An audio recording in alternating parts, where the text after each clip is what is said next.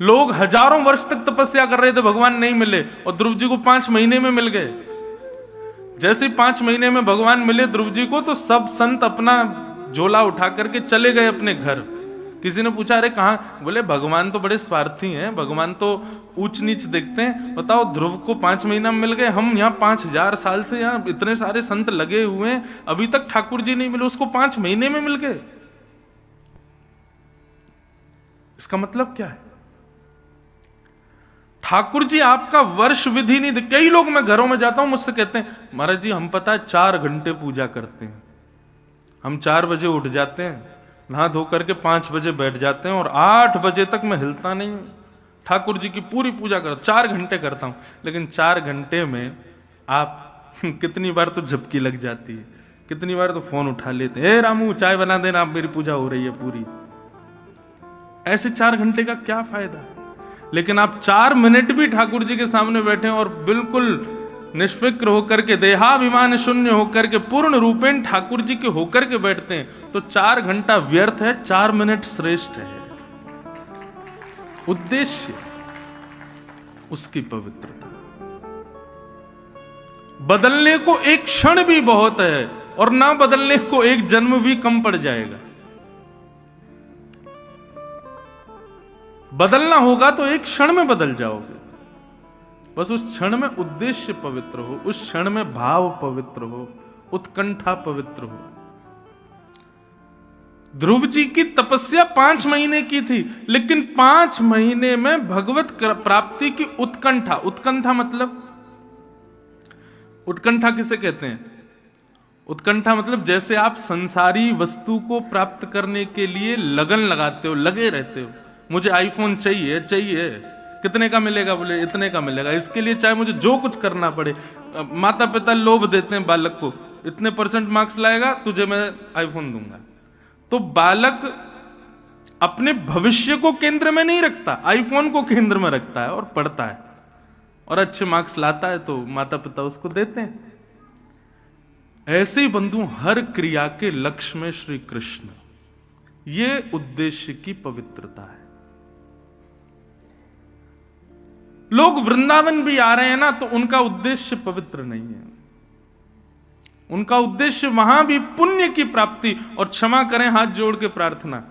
ये ऐसा नहीं सोचना ये महाराज जी हमको आज डांट रहे हैं क्या। डांट वांट नहीं रहा हूं मैं, तो केवल एक बात बता रहा हूं, सबको बता रहा हूं, जो लोग आस्था पर भी सुन रहे हैं या भक्ति पथ लाइव पे भी, यूट्यूब पे, सबको कह रहा हूं, उद्देश्य अपना पवित्र रखो। आप कोई भी क्रिया करिए, फिर वो क्रिया लाभकारी होगी।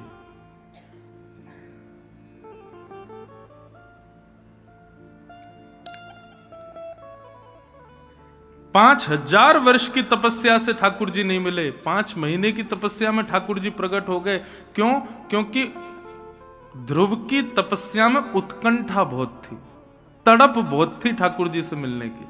स्वामी विवेकानंद ने पूज्य श्री रामकृष्ण परमहंस जी से जाकर के कहा मुझे भगवान से मिलाओ।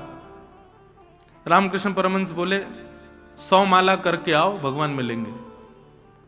स्वामी विवेकानंद जल्दी जल्दी 100 माला करके आ गए। बोले गुरुजी 100 माला हो गई, भगवान नहीं मिले मुझे। बोले 1000 माला करो फिर मिलेंगे। 1000 माला जल्दी जल्दी कर दी, बोले भगवान नहीं मिले। बोले सुनो 5000 माला करो। 2-3 दिन तक लगे रहे महाराज, स्वामी विवेकानंद भगवान मिलेंगे भगवान। 5000 माला हो गई, नहीं मिले। गुरुजी आप बता नहीं रहे भगवान कैसे मिलेंगे। रामकृष्ण परमहंस लेकर के गए गंगा के तट पर और कहा वस्त्र उतारो, डुबकी लगाओ। बोले क्यों? बोले भगवान से मिलवाता हूं तुमको। जैसे ही डुबकी लगाई तो विवेकानंद जी का सर डुबो दिया रामकृष्ण परमहंस ने। जैसे ही सर डुबोया तो छटपटाने लगे, व्याकुल हो गए। थोड़ी देर में जब हाथ हटाया तो बाहर आए, श्वास लेने लगे, पानी वानी पी गए थे, खांसने लगे। बोले गुरुजी आपने क्या किया? मेरा सर क्यों डुबा दिया आपने? आपको पता है मुझे श्वास नहीं आ रही थी, मैं मरने वाला था, थोड़ी देर आप हाथ नहीं हटाते मेरे प्राण निकल जाते। रामकृष्ण परमहंस बोले तुम क्यों छटपटा रहे थे भीतर, किस चीज की कमी लग रही थी? बोले श्वास की कमी लग रही थी। बोले ऐसी छटपटाहट जब कृष्ण की प्राप्ति के लिए होगी तब ठाकुर जी मिलेंगे। जैसी छटपटाहट तुमको वायु के लिए, जैसी छटपटाहट हम आप सबको भोजन की, जैसी छटपटाहट व्हाट्सएप खोलने की, फेसबुक चलाने की, फोटो खिंचाने की, अरे कुछ नहीं करना। ये छटपटाहट हमारे अंदर है, लेकिन है किसके लिए? सांसारिक भावों के लिए। वही छटपटाहट, वही व्याकुलता, वही स्थिति यदि ठाकुर जी के लिए हो जाए तो उद्देश्य पवित्र है। यहां पर बैठे आप सब में अधिकतर, ठीक है सबका होगा भाव, लेकिन किसी का यह भाव नहीं होगा कि 6 दिन के इस भागवत के प्रसंग में मुझे ठाकुर जी के प्रत्यक्ष दर्शन हो जाएं। ऐसे भाव से कोई बैठा है? नहीं बैठे तो अब बैठो। वृंदावन है भैया, यहां आप कथा सुनने आ गए हो, ये बहुत बड़ी श्री जी की कृपा है आपके ऊपर। मैं भी सुना रहा हूं, ये भी मेरे, हम कथा वक्ता जरूर हैं, लेकिन वृंदावन में ही कथा नहीं कह पाते, सब जगह कहते हैं। तो वृंदावन में कहने का अवसर मिल रहा है, तो मुझ पर भी कृपा है श्री जी की, आप पर भी कृपा है कि आप बैठे हो। बस अपना उद्देश्य पवित्र कर लो कि हम कथा सुने, और जब जाएं यहां से, कभी निधिवन जाएं, सेवा कुंज जाएं, बिहारी जी जाएं, राधा वल्लभ, राधा रमण जाएं, जहां भी जाएं, कभी ऐसी कृपा हो, छटपटाहट ऐसी रहे कि अब जो आगे गली आएगी उसमें मुड़ते ही हमको कहीं श्याम सुंदर दिख जाए। अब हम जैसे आगे जाएंगे तो वहां हमको कहीं ठाकुर जी के दर्शन हो जाएं। अब जैसे ही हम ये रिक्शा से उतरें तो वहां श्री जी की कोई झलक दिख जाए। ऐसी छटपटाहट, ऐसी उत्कंठा हृदय में होनी चाहिए वृंदावन आए हो तो।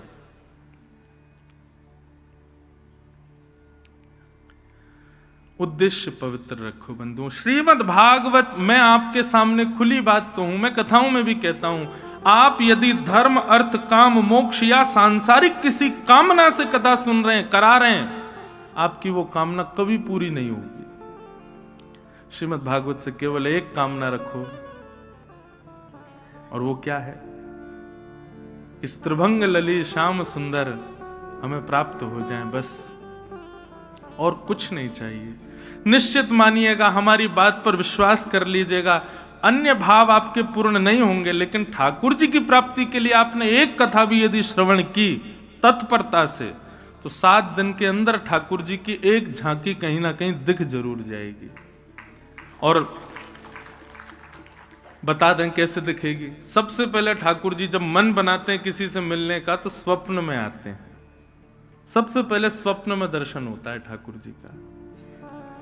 स्वप्न में ठाकुर जी दिख जाएं, किसी से शेयर नहीं करना, किसी को बताना नहीं, कुछ नहीं, बस अपने हृदय में ही रखो, प्रसन्न हो जाना। हाँ, ठाकुर जी स्वप्न में आ गए, इसका मतलब ठाकुर जी हमको चुन चुके हैं मिलने के लिए। अब हमको और प्रयास करना है कि बस ये स्वप्न के ठाकुर जी प्रत्यक्ष आ जाएं। स्वप्न दर्शन के बाद अनुभव होगा, अनुभूति होगी, ऐसा लगेगा कि यहां ठाकुर जी हैं, यहां ठाकुर जी हैं। कोई पत्थर देखोगे उसकी आकृति में ठाकुर जी, बादल देखोगे तो उसकी आकृति में ठाकुर जी।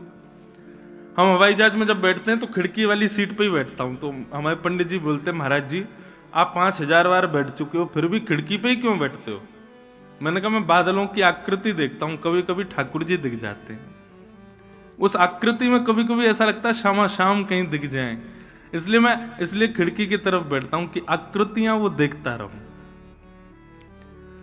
हमारी हर स्थिति, हर भाव ऐसे हो जाए बंधुओं कि नकारात्मकता कहीं ना रहे। घर से निकलते छींकते हैं तो लोग पानी देते, पानी पियो, अशुभ है। नहीं, वैष्णवों के लिए कुछ अशुभ नहीं होता। जिसके चित्त में ठाकुर जी हैं उसके लिए सब चीज भावुक है, सब चीज अच्छी है। मीराबाई ने ब्याह के बाद कभी श्रृंगार नहीं किया, एक दिन श्रृंगार करके आई, परम सुंदर श्रृंगार किया, और उसी दिन उनके पति की मृत्यु हो गई। लोग कहने लगे ये अशुभ है, आज श्रृंगार किया तो आज पति नहीं प्राण त्याग दिए। पर नहीं, वैष्णव की कोई भी क्रिया अशुभ नहीं होती। सांसारिक व्यक्ति की हर क्रिया में भय बना रहता, कुछ गड़बड़ी ना हो जाए, कुछ अशुभ ना हो जाए, कुछ गलत ना हो जाए। वैष्णव की कोई क्रिया गलत नहीं होती, उसकी हर क्रिया में सकारात्मकता होती। इसलिए भैया और कोई उद्देश्य मत रखो, श्रीमद् भागवत जी से एक ही चीज मांगो कि बस हमको ठाकुर जी मिल जाए। 2024 का एक ही प्रण ले लो, आप कहीं भी जाओ, कुछ भी मांगो, कुछ भी करो, जो भी आपके मन में है। पर अब 2024 में हमारी कई एक बात मानना, किसी भी तीर्थ में जाओ, धाम में जाओ, कोई अनुष्ठान कराओ, संकल्प करो, कुछ भी करो, हर जगह एक ही कामना करो, बस श्याम सुंदर हमको मिल जाए, एक बार मिल जाए, ठाकुर जी हमको एक बार दर्शन दे दें बस।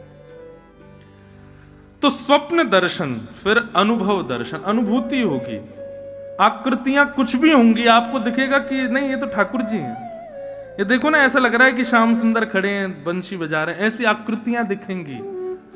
और तीसरा होगा प्रत्यक्ष दर्शन, ठाकुर जी आके सामने खड़े ही हो जाएंगे, फिर आंखें मीड़ना, नोचना, देखना कि हाँ नहीं मैं उठा ही हुआ हूं, ठाकुर जी खड़े सामने। स्वप्न दर्शन प्रथम सिद्धि है भगवत प्राप्ति की। तो बस उद्देश्य शुद्ध रखो। श्याम सुंदर सदा हमको प्यारे रहें, हम उन्हीं के रहें, वो हमारे रहें।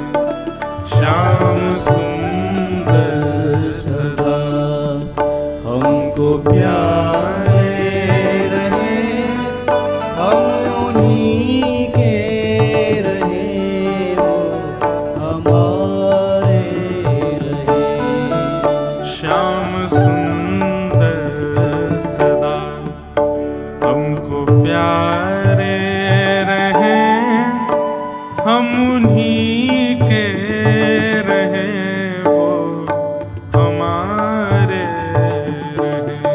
श्याम सुंदर सदा हमको प्यारे रहें, हम उन्हीं के रहें, वो हमारे रहें। हम उन्हीं के रहें, वो हमारे रहें। हम उन्हीं के रहें, वो हमारे रहें।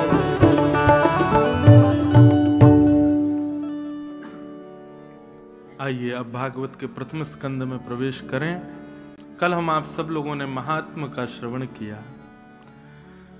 प्रथम स्कंद और प्रथम श्लोक श्रीमद् भागवत का सब लोग ध्यान में, केंद्र में ठाकुर जी को विराजमान करके श्रवण करो। जन्माद्यस्य यतोऽन्वयादितरतः चार्थे स्वविज्ञस्वराट् तेने ब्रह्म हृदय आदिकवये मुह्यन्ति यत्सूरयः। तेजो वारिमृदां यथा विनिमयो यत्र त्रिसर्गो मृषा धाम्ना स्वेन सदा निरस्तकुहकं सत्यं परम धीमहि।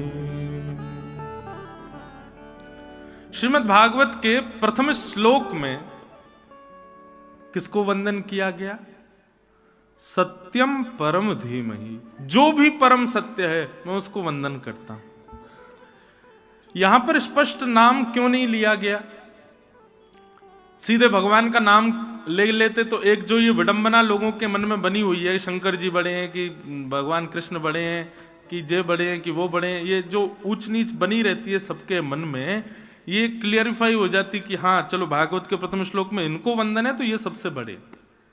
एक बात कहें बंधुओं, ये बड़ा छोटा ये हम संसारी लोगों की दृष्टि में होता है, देवताओं में, ठाकुर जी में शायद ये भाव कभी नहीं होता होगा। ये हम मानवों के अंदर ही होता है कि ये ऊंचे हैं, ये छोटे हैं, ये बड़े हैं, ये नीचे हैं, ये काले हैं, ये गोरे हैं, ये धनवान है, ये निर्धन है। ठाकुर जी की दृष्टि में तो समत्व भाव होता है, सम। ये दृष्टि हमारी होती है कि हम ऊंच नीच देखते हैं। ठाकुर जी को इससे कोई अभिप्राय नहीं। बहुत सावधानी से सुनो। सत्यम परम धीमहि, यहां पर परम सत्य को वंदन किया गया। सत्यम धीमहि कह देते, मैं सत्य को प्रणाम करता हूं, ऐसा भी नहीं। परम क्यों कहा? परम सत्य कौन है? कलयुग केवल नाम आधारा, सुमिर सुमिर नर उतरे ही पारा। एक बात बहुत ध्यान से समझ लीजिए बंधुओं कि कलयुग में तीर्थ यात्राएं करना, बहुत मंदिरों में जाके दर्शन करना, ये इतना जरूरी नहीं है। कलयुग में तन को एक जगह बिठा करके मन से ठाकुर जी का नाम उच्चारण करना, यह बहुत आवश्यक है। कलयुग में नाम की प्रधानता ज्यादा है, दर्शन की प्रधानता, ठाकुर जी के श्रृंगार की प्रधानता, ठाकुर जी के उत्सवों की प्रधानता ठीक है, करनी चाहिए जब समय मिले, जब अवकाश हो, पर सबसे ज्यादा प्रधान है ठाकुर जी का नाम स्मरण। लेकिन आपको एक बात बताएं, व्यक्ति तीर्थ यात्रा कर लेता है, व्यक्ति उत्सव कर लेता है, ठाकुर जी की सेवा श्रृंगार कर लेता है, लेकिन उससे कहो एकांत में बैठ के नाम जपो, वो नहीं कर पाता। क्यों? मन एकाग्री नहीं है। बंबई में मेरी कथा चल रही थी तो एक व्यक्ति बोला, महाराज जी जब मैं नाम जप करता हूं ना तो नेत्र बंद करता हूं तो मुझे ठाकुर जी नहीं, मुझे अप्सराएं दिखती हैं, मैं क्या करूं? सोचो, आप हंस तो गए सब, लेकिन एक बात कहें, यहां पर बैठे भी 95% लोगों को भी ऐसा ही कुछ दिखेगा, ठाकुर जी नहीं दिखेंगे। यहां पर बैठे भी 90% लोगों को ठाकुर जी नहीं दिखेंगे नेत्र बंद करने पर। और ये इसका कारण क्या है? चित्त हमारा मलिन है। अधिकतर लोगों को सुना जाता है, वो सुबह उठ के अपना जब स्वप्न बताते हैं तो जरूर कोई अपशगुन ही देखा होता है, उन्होंने कुछ विचित्र ही देखा होता है।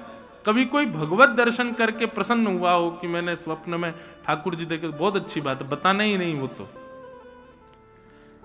पर हमारे चित्त में मलिनता है, इसलिए नेत्रबंद करने पर भगवत दर्शन नहीं होता। लेकिन एक बात कहें बंधु, घबराओ मत, होने दो। नेत्र बंद करते हो, नाम जप करते हो, कुछ दूषित दिखता है या जिसका चिंतन करते हो वही दिख रहा है, या फिर धन दिख रहा है, भोजन दिख रहा है, या कुछ भी दिख रहा है, दिखने दो। आप लगे रहो, आप अपना प्रयास करते रहो। आप उस नाम जप को छोड़ो मत, ये बहाने से कि हमें शुद्धता नहीं आ रही है मन में। आप करते रहो, लगे रहो। करत करत अभ्यास के मनमत होत सुजात। अभ्यास में लगे रहो। Practice makes man perfect. अभ्यास से ही परफेक्शन आता है।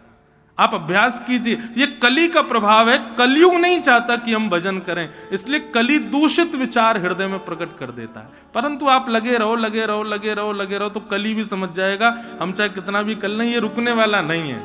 तो एक समय कली आपके आगे हाथ जोड़ देगा और उसके बाद अपने आप पवित्र विचार आने प्रारंभ हो जाएंगे। और ये होगा ही, सबके साथ होगा। 10 बार, 15 बार, 20 बार ध्यान में अपवित्रता आएगी। उसको पवित्र करने के साधन क्या है? सत्संग। सत्संग का मतलब किसे कहते हैं? सत्संग कोई प्रवचन करे और आप बैठ के सुनो, ये सत्संग है? नहीं। सत्संग के बहुत सारे रूप हैं। सद व्यक्ति का संग सत्संग, सद भोजन का संग सत्संग। आप क्या खाते हैं, क्या पहनते हैं, क्या पीते हैं, किसके संग रहते हैं, कैसी जगह जाते हैं, ये सब सत्संग कहलाता है। मुझसे किसी ने कहा, महाराज जी आप धोती ही क्यों पहनते हैं, बगलबंदी ही क्यों पहनते हैं, तिलक क्यों लगाते हैं? यह रूप धारण करना भी सत्संग है।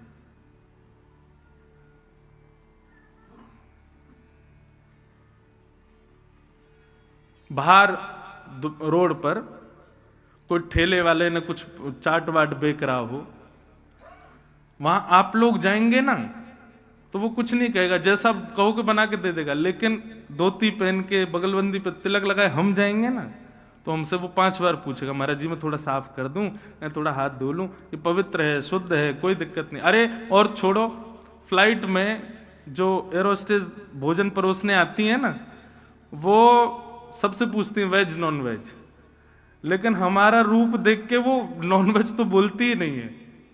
वो पूछेगी महाराज आप तो वेज ही लेंगे ना, वेज में भी जैन लेंगे। मैंने नहीं, हमें चाहिए ही नहीं कुछ भी।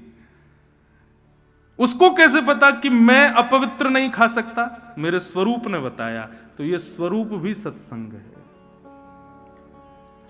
आप कैसे स्थानों पर जाते हैं, कैसे लोगों के संग बैठते हैं, उनसे क्या वार्ताएं करते हैं, यह भी सत्संग कहलाता है। केवल किसी का प्रवचन सुनना मात्र सत्संग नहीं है। यह सत्संग की प्रारंभिक सीढ़ी हो सकती है, परंतु आपकी पूरे दिन की दिनचर्या भी सत्संग को दर्शाती है। वस्त्र भी सत्संग है, वेश भी सत्संग है। मीराबाई कहती है ना, हम लोग श्रृंगार करते हैं, किस लिए करते हैं? हम सजते हैं, साड़ी पहनते हैं, कुर्ता पहनते हैं, कुछ भी पहनते हैं, गले में हार पहनते हैं, कानों में कुंडल लगाते हैं, किस लिए? परफ्यूम लगाते हैं ताकि 4 लोग हमसे पूछें भाई साड़ी कहाँ से ली, कुर्ता कहाँ से लिया, कुंडल बड़े बढ़िया, आपके गले का हार बहुत सुंदर, परफ्यूम कौन सा लगाया। हम दूसरे को रिझाने के लिए ही पूरी क्रिया करते हैं। तो मीराबाई कहती हैं, जिन भेषा मारो सावरो रीझे, जिन भेषा मेरो गिरधर रीझे, मैं सो ही भेष धरूंगी, हो बाला सो ही भेष धरूंगी, हो मैं बैरागन। वृंदावन में आप लोग घूम रहे हो 2 दिन से, देखो यहां के लोग कैसे रहते हैं। तिलक लगा के घूमेंगे, धोती पहनेंगे, इतनी सर्दी है फिर भी धोती में रहेंगे। कई लोगों के नियम है वो पादुका नहीं पहनते, नंगे पांव घूमेंगे। क्यों? क्योंकि उनकी वेशभूषा में भी आपको रिझाना श्रेष्ठ नहीं है। वो इसीलिए ऐसे बन के घूम रहे हैं कि बिहारी जी हमसे प्रसन्न रहे। ये श्रृंगार बिहारी जी का है, ये श्रृंगार राधारमण लाल के लिए, ये श्रृंगार श्री राधा वल्लभ जी को खुश करने के लिए।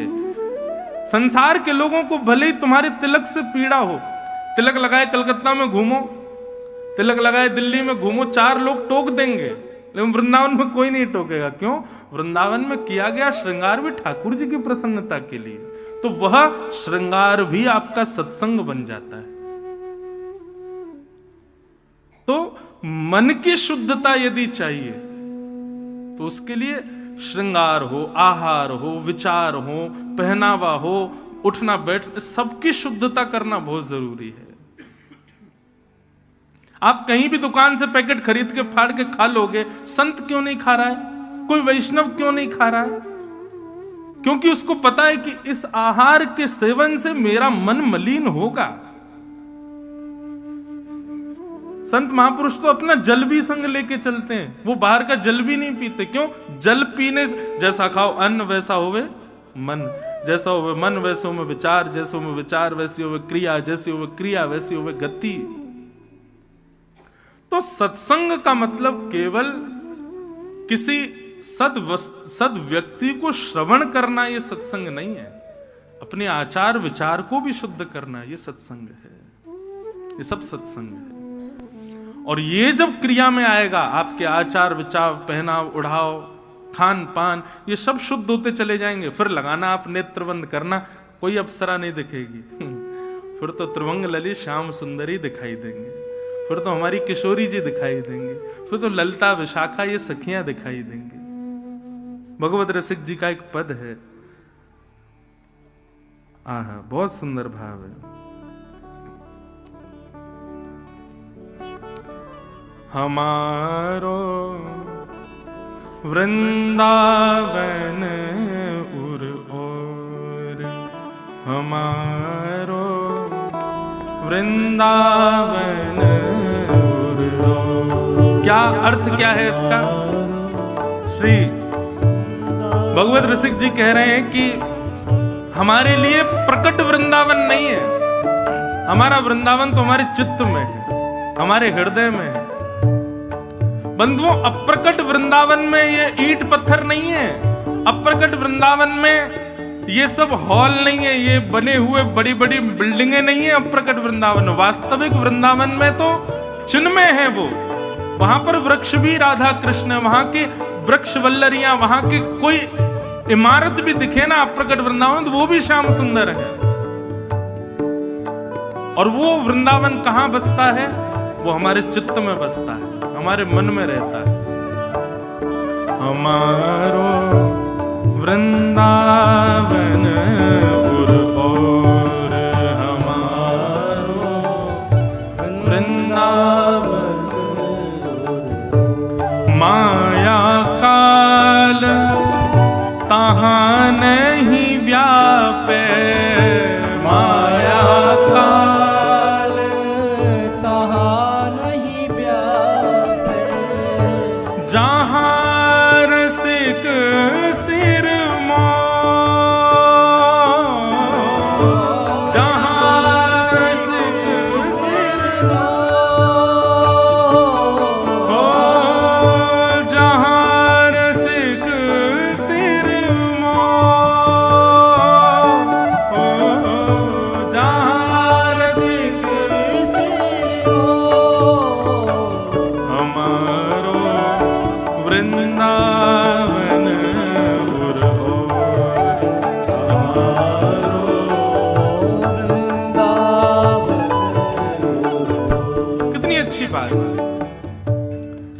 जहां पर